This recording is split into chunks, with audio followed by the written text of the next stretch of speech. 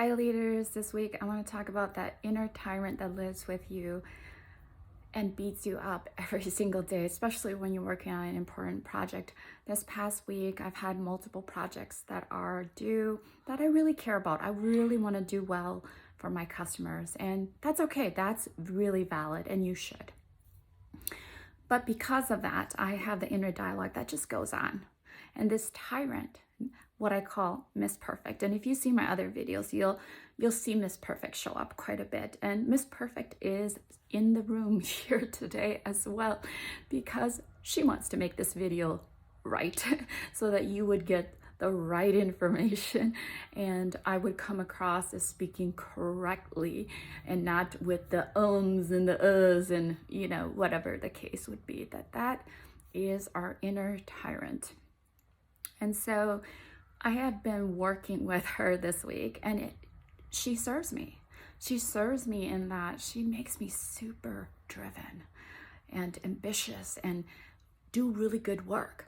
But at the same time, it's too extreme, where it's a level of standard that I could never even meet. And nobody can. Nobody can meet that. I'm probably meeting all the standards that folks expect of me and even more, but yet, there's just Miss Perfect. She is there.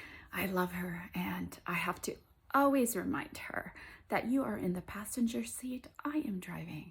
So I think that's the key, and that's the message I want to send across to all of you, is that your inner dialogue is not you. It's a component that maybe drives you and serves you. And how do you utilize that, right? If that inner dialogue can really serve you well. Some folks, they're told, hey, you can't do that.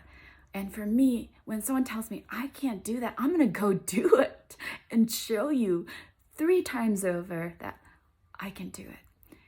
And sometimes that inner critic tells you you can't do it and keeps you there. And you never do it. You never go on that trip. You never take the risk. And you live in this bubble.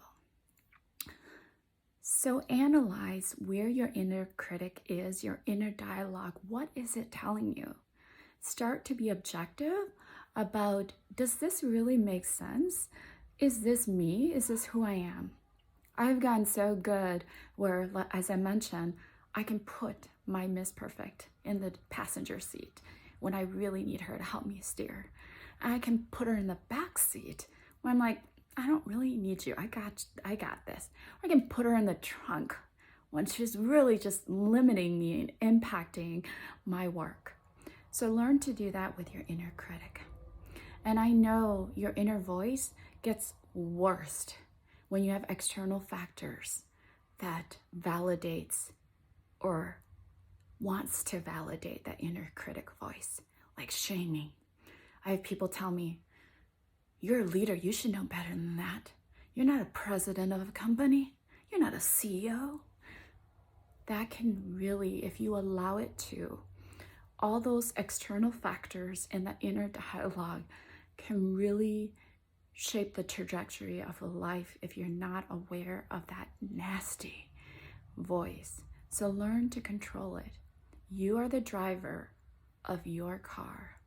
You are the driver of your life. Don't let that voice get in your way.